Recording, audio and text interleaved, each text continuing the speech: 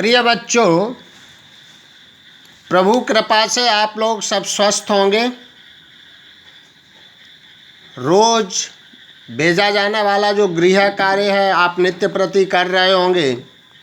इस उम्मीद के साथ आज मैं संस्कृत में आप लोगों को किताब का पहला पाठ यानी सुभाषितानी, यानी जो किताब का सुभाषितानी है उसको आप लोगों को समझाता हूँ। ध्यान से सुनिएगा।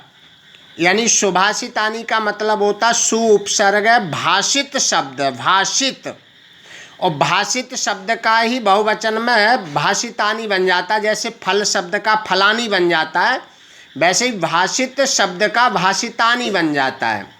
तो इसका मतलब हुआ सु का मतलब होता अच्छा और भाषित का मतलब होता है कहा हुआ यानी विचार। अच्छे विचार, अच्छा कहा हुआ यानी अच्छे विचारों का संकलन। जब अच्छे विचारों को एक साथ लिख दिया जाता तो वो बहुवचन बन जाता है यानी सुभाषितानी बन जाता है। अगर यहाँ सुभाषित शब्द होता तो इसका मतलब होता अच्छा विचार, लेकिन सुभाषितानी का मतलब है अच्छे विचार। तो श्लोक कहता है, बेटा पहला श्लोक देखिए आप लोग। पृथिव्यां त्रीणि रत्नानि जलमन्नं सुभाषितं मूढैः पाषाणखण्डेषु रत्न संज्ञा विधीयते। एक बार फिर देखिए श्लोक।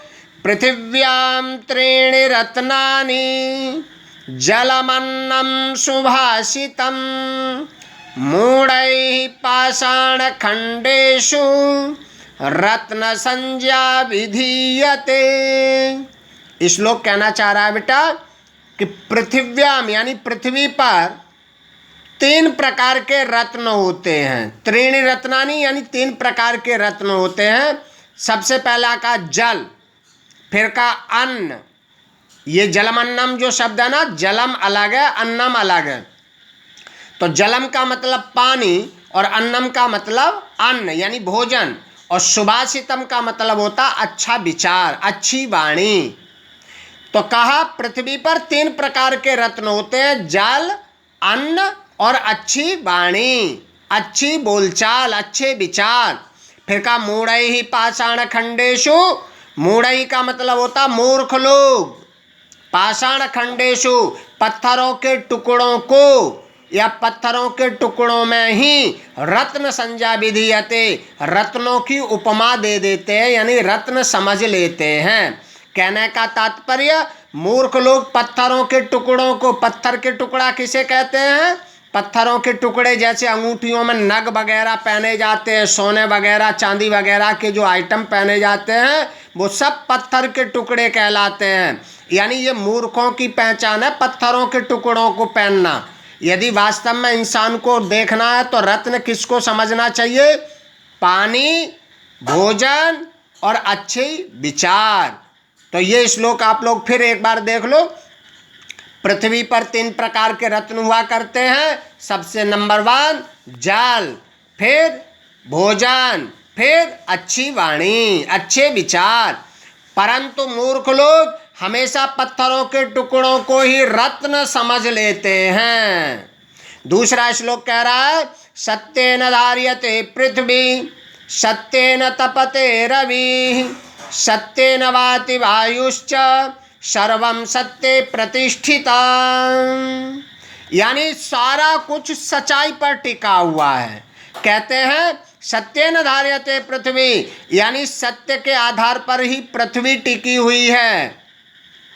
सत्य पर ही सूर्य तप रहा है, यानी सत्य से ही सूर्य तप रहा है। सत्येन वाति वायुश्च, और सत्य पर ही या सच्चाई से ही वायु बह रही है। सर्वम सत्य प्रतिष्ठितम, सारा कुछ ईमानदारी पर टिका हुआ है, यानी सब अपना काम नियमित कर रहे हैं। फिर तीसरे श्लोक में कहा दाने तपसी शौर्ये च विज्ञाने विनये नये विस्मयो नहीं कर्तव्यो बहुरत्ना वसुंधरा। यानी विशेष बात देखिए दाने दान करने में, तपसी तप करने में, च और शौर्य यानी पराक्रम में। दान में सब में सप्तमी विभक्ति है बेटा, तो सब में सप्तमी विभक्ति का मैं लगाते जाना, यानी दाने दान करने में, तपसी तप करने में, शौर्य पराक्रम में, विज्ञाने यानी विज्ञान में, विनय विनम्रता में, और नए नीति में। नीति कहते हैं ईमानदारी। नीति में विस्मयो आश्चर्य, विस्मया का अर्थ क्या है? आश्चर्य। नहीं कर्तव्यो, नहीं करना चाहिए। ना का मतलब नहीं और ही का मतलब होता निश्चित रूप से, यानी निश्चित रूप से नहीं करना चाहिए। बहुरत्ना वसुंधरा, क्योंकि वसुंधरा जो है ना यानी पृथ्वी जो है ना, बहुरत्ना बहुत सारे रत्नों को धारण करने वाली है। यानी रत्न कौन से कहे? यहाँ यानी भारत भूमि पर बहुत बड़े बड़े दानी, तपस्वी, पराक्रमी, विज्ञान में निपुण, विनम्रता में निपुण और नीति में निपुण यानी चाणक्य जी जैसे लोग इस पृथ्वी पर हुए हैं। हमें किसी भी प्रकार से आश्चर्य नहीं करना चाहिए। अगला श्लोक कह रहा है सद्भिरेव साहसीत सद्भि कुर्वीत संगतिम सद्भिर्विवादम मैत्रीम च ना सद्भि किंचिदाचरेत। यानी सद्भि एव साहसीत, सद्भि प्लस एव यानी सज्जनों के साथ ही रहना चाहिए। सद्भि कुर्वीत संगतिम यानी और सज्जनों की ही संगति करनी चाहिए। सद्भिर विवादिम मैत्रीम च, हमेशा बातचीत भी सज्जन लोगों के बीच ही होनी चाहिए। ना सद्भि किंचिदाचरेत यानी दुष्टों के साथ किसी भी प्रकार का हमें आचरण नहीं करना चाहिए। जिनका व्यवहार अच्छा नहीं है, बोलचाल अच्छी नहीं है, उनके साथ हमें किसी प्रकार का आचरण करना यानी व्यवहार करना नहीं चाहिए। अगला श्लोक कह रहा है धन धान्य प्रयोगेषु विद्यायाः संग्रहेषु च आहारे व्यवहारे च त्यक्त लज्जा सुखी भवेत्। एक बहुत विशेष बात इस श्लोक में कही कि धन धान्य प्रयोगेषु, धन और भोजन आदि के प्रयोग करने में, विद्याया अच्छा यानी धन के संग्रह करने में, धन को एकत्रित करने में, धन को कमाने में, विद्याया संग्रहेषु च और विद्या को इकट्ठा करने में, विद्या को संग्रह करने में, फिर का आहारे भोजन करने में, व्यवहारे च और व्यवहार करने में यानी अच्छा व्यवहार करने में, त्यक्त लज्जा सुखी भवेत्, जो शर्म छोड़ देता है वही सुखी रहता है। यानी ये 4-5 बातें बताई, इनमें किसी प्रकार की शर्म नहीं करनी चाहिए, वही इंसान सदैव सुखी रहता है। अंतिम श्लोक कह रहा है क्षमा वशीकृतिर्लोके क्षमया किम न साध्यते शांति खड्गः करे यस्य किम करिष्यति दुर्जनाः।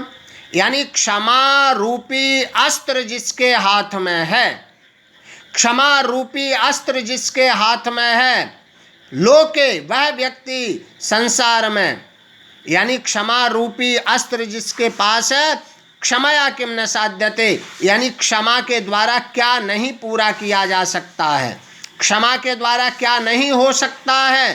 फिर का शांति खड्गः करे यस्य, शांति रूपी तलवार, खड्गा कहते तलवार, यानी शांति रूपी तलवार करे यस्य जिसके हाथ में है, किम करिष्यति दुर्जना यानी दुष्ट व्यक्ति उसका क्या बिगाड़ेगा, दुश्मन व्यक्ति उसका क्या बिगाड़ेगा।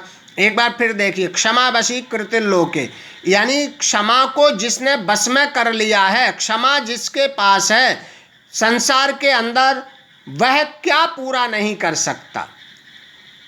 क्षमा को जिसने अपने वश में कर लिया है वह संसार में क्या पूरा नहीं कर सकता है। शांति रूपी तलवार जिसके हाथ में हो उसका दुष्ट व्यक्ति भी कुछ नहीं बिगाड़ता। तो ये आज हम लोगों ने 6 श्लोकों का अभ्यास किया। आप इनको समझ के और कॉपी में लिखने की देखना कोशिश करना, नहीं तो श्लोक सारे लिख लीजिए, उसके साथ साथ मैं अभ्यास कार्य भेज रहा हूँ, फिर अभ्यास कार्य भी उत्तर पुस्तिका में सुंदर राइटिंग के साथ कर लेना। बहुत बहुत धन्यवाद।